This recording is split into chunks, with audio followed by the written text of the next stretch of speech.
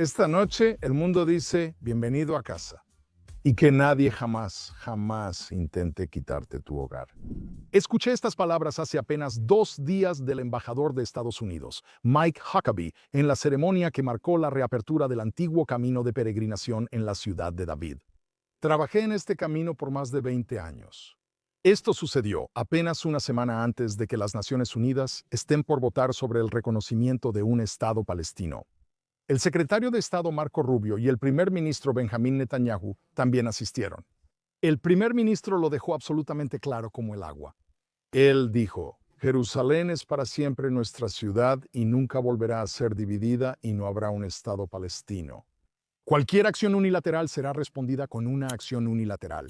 Luego, el secretario Rubio habló sobre la fuente común del vínculo entre Estados Unidos e Israel.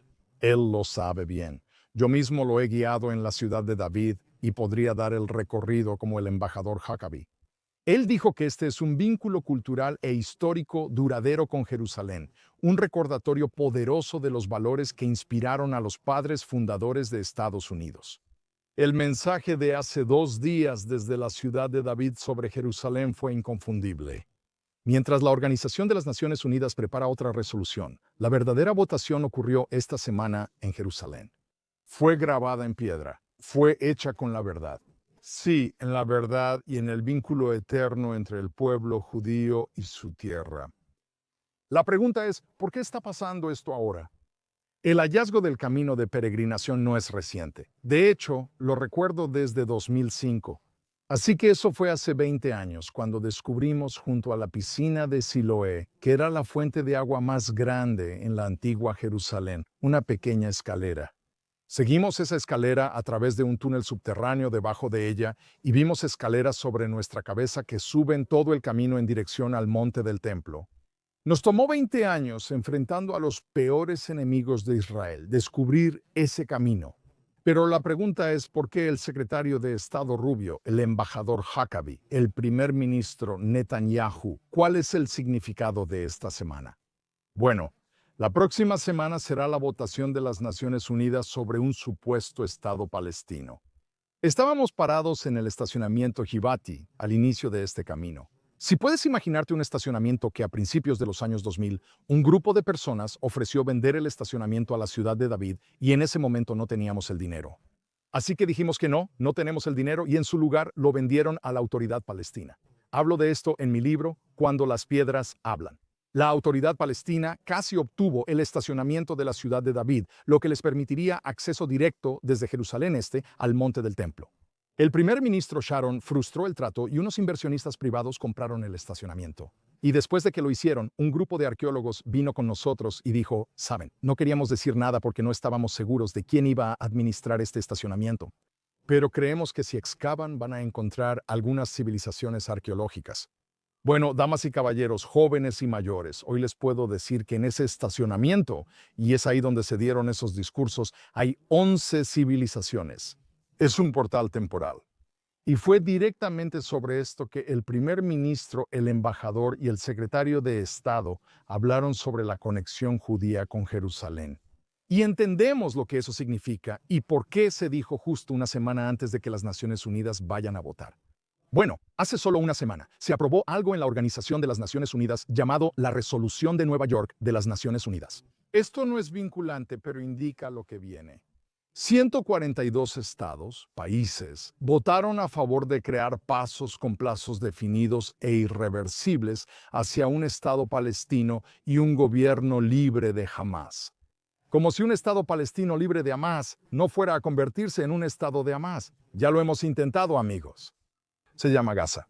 Cuando Israel se retiró de Gaza en 2005, yo estuve ahí ayudando a sacar a la gente de nuestras casas, animando a mis amigos a irse en paz. Bueno, esa era un área que se suponía que iba a establecerse como un Estado palestino. Un año después, el pueblo de Gaza eligió a Hamás porque queremos que esto sea una democracia. 20 años después, enfrentamos una batalla de vida o muerte con Hamás, tras la masacre y victimización de nuestro pueblo.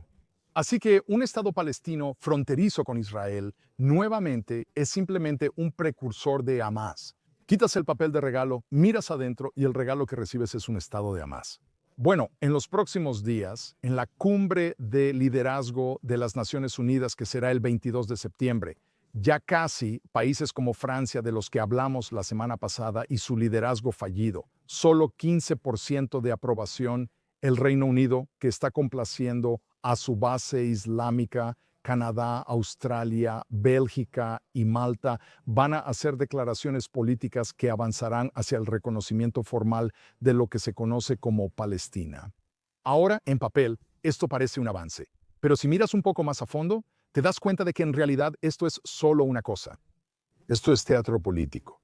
Esto es solo simbólico, pero es un movimiento que, peligrosamente, no solo para Israel, sino para otros países en el mundo, ignora completamente la historia, ignora los hechos sobre el terreno, ignora la realidad y también ignora la arqueología.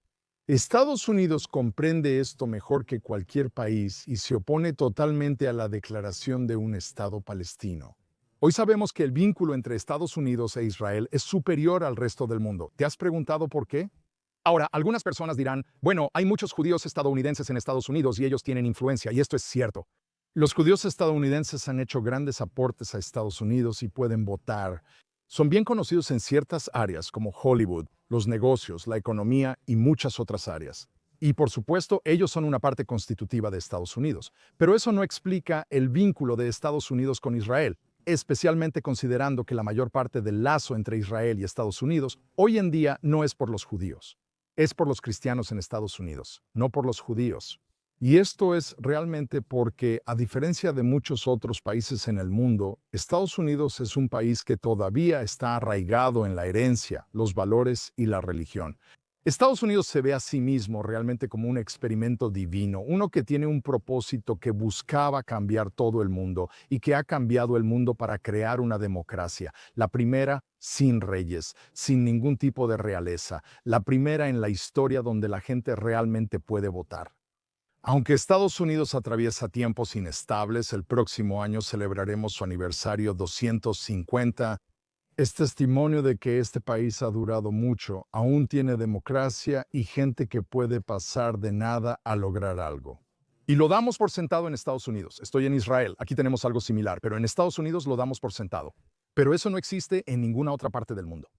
El elemento central de eso es que los fundadores de esta idea revolucionaria basaron a Estados Unidos en la profecía que salió de Jerusalén y en la verdad bíblica que sustenta tanto a Estados Unidos como a Israel y al monoteísmo, que es que cada ser humano fue creado a imagen de un solo Dios.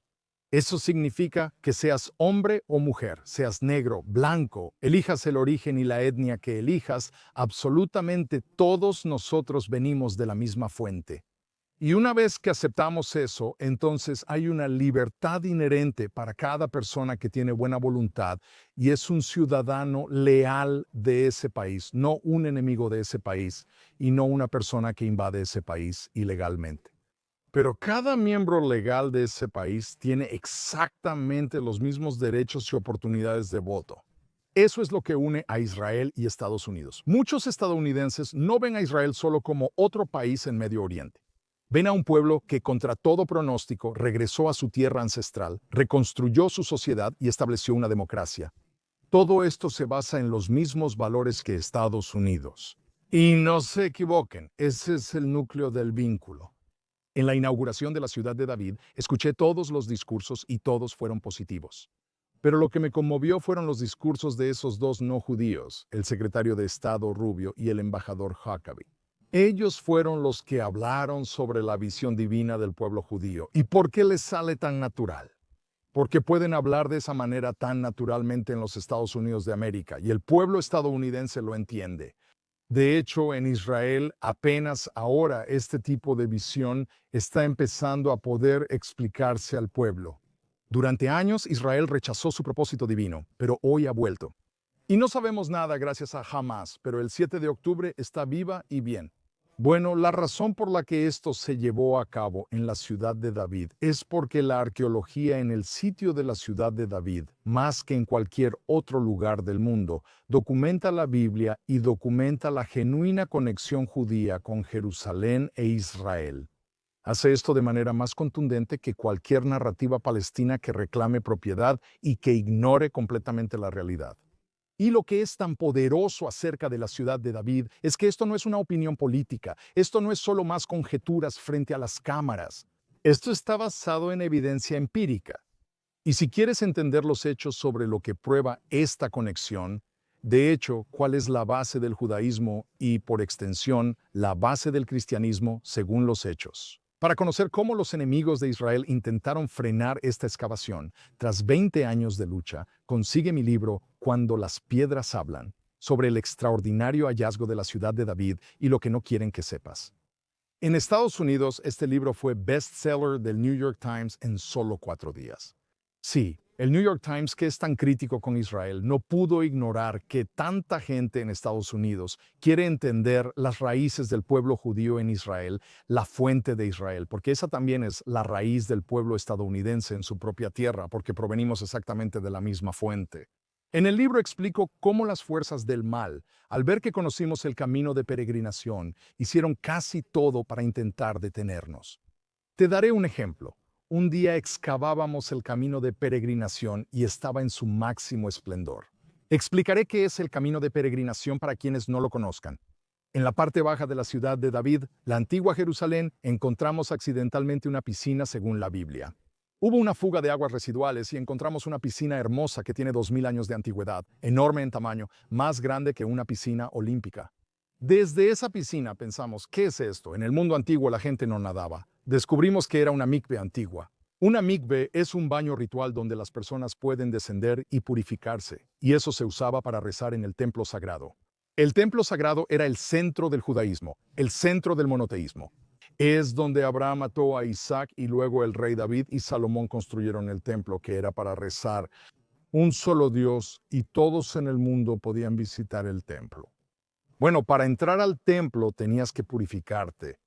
¿Dónde podía 1 millón de personas purificarse en esta enorme piscina? Eso era una mikve. El problema es que la mikve, el baño ritual, está ubicada a medio kilómetro del templo y no puedes tocar nada impuro.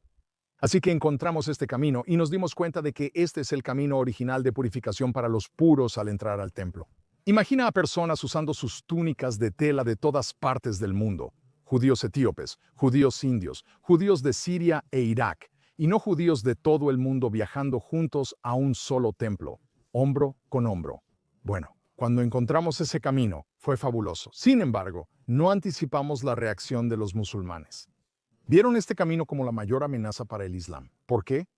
Porque este camino, que detallo en el libro, cuando recorres este camino y terminas en las puertas del monte del templo, que hoy en día está coronado por la mezquita de Al-Aqsa, bueno, te das cuenta de algo muy simple. Los judíos recorrían este camino miles de años antes de que Mahoma llegara al mundo. Ahora, el Islam es una religión. El Islam afirma que estuvieron aquí antes que el judaísmo y el cristianismo y que son los pueblos indígenas originales de la tierra. Y eso simplemente es una mentira. Y así que cuando vieron el camino de la peregrinación, intentaron todo para detenerlo, incluso matar al líder de mi proyecto, mi ex jefe y el fundador de la ciudad de David, David Lebari, quien fue salvado por otro árabe cuando este atentado estaba ocurriendo. De nuevo, lo detallo en el libro. Después obligaron a nuestros trabajadores árabes a renunciar, amenazándolos y acusándolos de colaborar con el enemigo. Más de 100 trabajadores árabes tuvieron que abandonar una excavación que los mantenía. Esos extremistas musulmanes de la Hermandad Musulmana y las organizaciones de izquierda que se unieron no les consiguieron trabajo a esas personas. Lo sé porque sigo en contacto con muchos de ellos, incluso décadas después. Así es la izquierda. Realmente no les importan las personas a las que están torturando y obligando a no colaborar con el Estado de Israel. Este es el significado de por qué hicieron estos anuncios en este estacionamiento y caminaron por este camino, porque demuestra esa conexión de manera muy clara. Ahora quiero ampliar la perspectiva y hablar de las Naciones Unidas y lo que implica este camino ante lo que ocurrirá la próxima semana en la Organización de las Naciones Unidas. Escucharán muchos titulares. Seguro el New York Times hablará de esto. La Organización de las Naciones Unidas vota por el Estado palestino. Los palestinos más cerca del Estado. Prenderá CNN Israel derrotado por la Organización de las Naciones Unidas. Vas a escuchar todo esto y ¿sabes qué es? Nosotros en Yiddish decimos bubkis, que es otra palabra para tonterías, que es otra palabra para decir que es una farsa, que es otra palabra para decir que solo están diciendo basura. Las Naciones Unidas hoy en día son un bastión de corrupción moral, y lo sabemos y no es probable que cambiemos su voto. Sin embargo, cuando la institución se creó originalmente en 1945, se estableció con 51 miembros después de la Segunda Guerra Mundial, que eran esencialmente las fuerzas aliadas. Era una institución con ayuda real, pero Gran Bretaña y Francia tenían muchas colonias en el mundo. Y entre 1950 y 1970 se retiraron de esas colonias, y esas colonias se volvieron independientes. Muchas fueron tomadas y convertidas en regímenes despóticos. Muchas se volvieron bastiones musulmanes, como varias naciones actuales. Libia es un ejemplo, pero hubo muchísimos más, como Argelia. Y las Naciones Unidas se expandieron de 51 Estados miembros a 193 Estados miembros. Ahora, cuando esto sucedió, en 1969 se formó una alianza de 57 miembros, que son países musulmanes. Esos 57 países musulmanes votan en bloque. Y junto con los otros estados no alineados, en ninguno de los cuales querrías vivir, tienen más de 100 votos automáticos en la Asamblea de la Organización de las Naciones Unidas. Actualmente, las potencias occidentales solo cuentan con 30 o 40 votos. Así que lo que esto significa es que hay una mayoría en la Asamblea General de las Naciones Unidas que puede aprobar automáticamente cualquier resolución. Esto se usa realmente para un solo propósito, o mejor dicho, dos: aislar a Israel. Si miras antes del 7 de octubre de 2023, antes de que Israel se defendiera en la guerra más justa de todas, en la que se nos acusa falsamente de cometer genocidio, antes de que todo esto sucediera, desde 2015 hasta 2023, hubo 154 resoluciones aprobadas por la Asamblea General contra Israel, 154 condenas a Israel. Ahora considera a todos los demás países en esos 8 años. Hubo 71, lo que significa que Israel es tan malo, el peor país del mundo, la única democracia en Medio Oriente. Personas que lograron su hogar por reconocimiento de la Asamblea General han defendido su territorio varias veces y no desean conquistar el mundo. Somos el doble de malos que todos los demás países malvados del mundo juntos. La segunda razón por la que van tras Israel es para que el mundo realmente no tenga tiempo de mirar a China, Corea del Norte, Rusia, Arabia Saudita, sí, que colgó a cientos de personas este año en sus calles, Irán, que ha colgado a más de 800 personas desde que Israel atacó a Irán, Sudán, donde hay esclavitud. Por el lado positivo, si es que existe tal cosa, ellos no tienen absolutamente ningún poder. La Asamblea General es solo teatro, sus resoluciones no tienen impacto real, no luce bien. El único poder en las Naciones Unidas es el Consejo de Seguridad, cuyos miembros son países como Estados Unidos, Francia, Inglaterra, Rusia, China y así sucesivamente. Y ellos tienen derecho de veto, y su único poder es bajo el artículo 7 respecto a amenazas y violaciones de la paz. Pueden convocar cuando Irak invadió Kuwait. El Consejo de Seguridad exigió un bloqueo. Y a todos los demás países se les ordena y obliga a estar de acuerdo con eso. Ese es el único poder que tiene. Así que todas estas declaraciones no tienen poder. Algunos se preguntarán, si la Asamblea General no tiene poder, ¿cómo Israel se volvió un Estado en 1948? Es cierto, en noviembre de 1947, Naciones Unidas aprobó la Resolución 181, el plan de partición de Israel en dos estados, uno para israelíes y judíos y otro para árabes, luego llamados palestinos. Israel aceptó esto. Palestinos y árabes lo rechazaron y dijeron que borrarían a Israel. Israel entonces, en mayo de 1948, luchó por su propio futuro y ganó. Esto puede sorprender a algunos, pero el Estado de Israel no existe por un voto no vinculante de la Asamblea General. El voto de la Asamblea General fue una recomendación para el Estado de Israel. Israel aceptó la recomendación y, pese a la presión internacional, declaró su estado, fue atacado por 7 ejércitos y otros más, se defendió y fijó sus fronteras en la Guerra de Independencia. Por eso existe Israel, no por la Organización de las Naciones Unidas. De hecho, Israel ni siquiera existe por esa guerra que ganamos. Lo que decían el embajador Huckabee, Rubio y el primer ministro, y lo que yo estoy diciendo aquí, es que Israel existe por una conexión de 4000 años del pueblo judío. No estamos aquí hoy por la Declaración Balfour ni por la resolución de la Organización de las Naciones Unidas. Pudimos establecernos en un lugar rodeado de países árabes y luchar por nuestra existencia en 1948, 1967, 1973 en los años 80, resistir los bombardeos de Irak, la primera y segunda intifada, todas las guerras con Gaza y después del 7 de octubre, seguir luchando porque sabemos que esta es nuestra tierra originaria. Por eso estamos aquí. Y ese es el poder de las declaraciones que se hicieron en la inauguración de la ciudad de David. Bueno, este evento no solo estaba dirigido a la Organización de las Naciones Unidas. ¿Cuál es el mensaje que se envía a la región? Bueno, este también es un mensaje para Medio Oriente. Ahora, hoy se habla mucho sobre Qatar e Israel atacando a Qatar. La semana pasada hablé de Qatar y muchos me escucharon. Estados Unidos pudo boicotear este evento, pero no lo hizo. No solo no boicotearon el evento, sino que salieron con todo hablando sobre la verdad y la historia. Esto pone presión directamente sobre Qatar. Qatar es el mayor patrocinador, el mayor financiador del terrorismo en el mundo. ¿Cuántos años tiene Qatar? Regresemos. Estados Unidos, 1776. ¿Qatar antes o después? Después. ¿Qué tal 1800? ¿Qué tal la Guerra Civil 1860? ¿Qatar antes o después? El movimiento por los derechos civiles ocurrió en los 50 o 60. Qatar se fundó en 1971. No existía la nación de Qatar cuando obtuvo su independencia de Gran Bretaña. Antes de eso era un protectorado británico.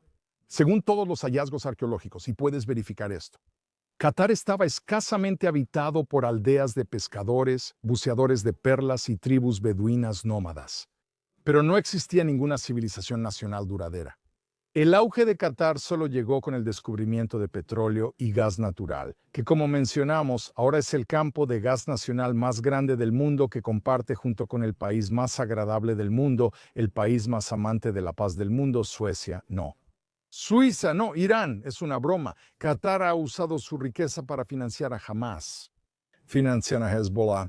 Alojan al liderazgo de Hamas en sus hoteles de Doha todo el tiempo, mientras compran a políticos y reporteros en todo el Medio Oriente, en todo Estados Unidos. Esto incluso está llegando a Israel con la crisis de Qatargate con la que estamos lidiando ahora mismo.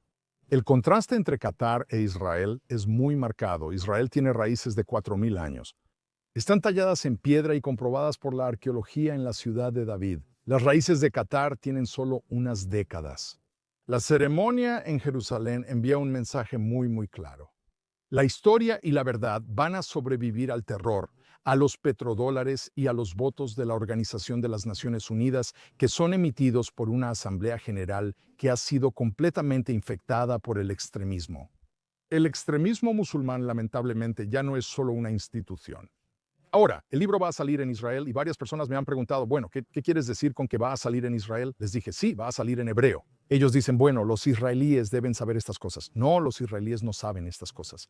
Hay una razón por la que fue Huckabee y por la que fue el secretario de Estado quienes hablaban sobre la conexión judía con Israel. Los israelíes pueden luchar por nuestra tierra. Sabemos que regresamos aquí hace 4000 años, pero somos menos conscientes que quizás ustedes de que hay una guerra consciente dirigida a borrar la historia de Israel. En Israel solemos discutir entre nosotros mientras otros dicen que no tenemos derecho a estar aquí. Dicen que los israelíes y judíos son colonialistas, parte del colonialismo occidental, y que llegamos aquí de la nada. No tenemos conexión con la tierra. Los judíos en Israel hoy no son los antiguos judíos. Todo esto ya está refutado por la historia y el ácido desoxirribonucleico, como explico en el libro en inglés, pero los israelíes lo desconocen más. Saben que los países árabes quieren matarnos. Son menos conscientes, lo cual es parte de la razón por la que nuestra Hasbará, nuestras relaciones públicas, están tan atrasadas respecto al resto del mundo. Primero somos un país, un pueblo judío de 14 millones con muchos simpatizantes en todo el mundo no son judíos, pero los musulmanes son 1.500 millones. Esa es una razón. La otra razón es que Israel todavía no se reúne. Que el octavo frente en esta guerra, como alguien me dijo el otro día, que es el primer frente, es la batalla sobre la conciencia de lo que es Israel en el mundo y nuestro derecho a esta tierra y por lo que estamos luchando. Por eso, si tienes algún primo en Israel, te pido que les envíes este libro. Diles que compren el libro. Se llama Cuando las piedras hablan, en hebreo, Tanula Benim Lereber. y saldrá justo después de Rosh Hashanah, para que los israelíes sepan y los israelíes saben cómo luchar. Que tomaremos a los israelíes que saben cómo pelear una guerra física y les enseñaremos sobre la guerra de las narrativas para que hablen como si fueran los pueblos originarios de esta tierra, para que cuando viajen y salgan por el mundo conozcan el derecho interno basado en hechos a esta tierra y puedan defenderla. Es fundamental para los israelíes, así como es fundamental para ti y para mí. Mientras la Organización de las Naciones Unidas se reúna en Nueva York la próxima semana para debatir resoluciones, recuerda que éstas eventualmente desaparecerán. Pero Jerusalén ya ha hablado. Cuando caminas por la ciudad de David, cuando caminas por cualquier lugar en Jerusalén, en cualquier parte del Estado de Israel, de norte a sur, y tus pies tocan la tierra de Israel, hay una energía en ese suelo que es una energía divina. Es la voz de un creador que habla desde dentro de la tierra, dentro de las piedras. Vibra y reverbera a través de cada persona. El camino de la peregrinación es un ejemplo. Es más verdadero, más antiguo y más duradero que cualquier maniobra política. Las palabras del embajador Huckabee aún resuenan en mí y creo que siempre lo harán. Esta noche dijo, y volveré a repetir esta frase, el resto del mundo viene a decir bienvenido a casa y que nadie jamás, jamás intente quitarte tu hogar. Este es un mensaje para Israel. Este es un mensaje para la región y para el mundo. Esta tierra no es de nadie por permiso. Se posee por la historia y la historia ya ha emitido su voto. Acompáñame la próxima semana en True East, que miremos hacia un futuro más brillante. Seamos fuertes, que seamos fuertes y juntos nuestra fuerza, valentía y coraje eventualmente destruirán las palabras de quienes están en nuestra contra y perdurarán más que ellos, mientras ellos se convierten y se convertirán en una página trasera del libro de historia. Gracias.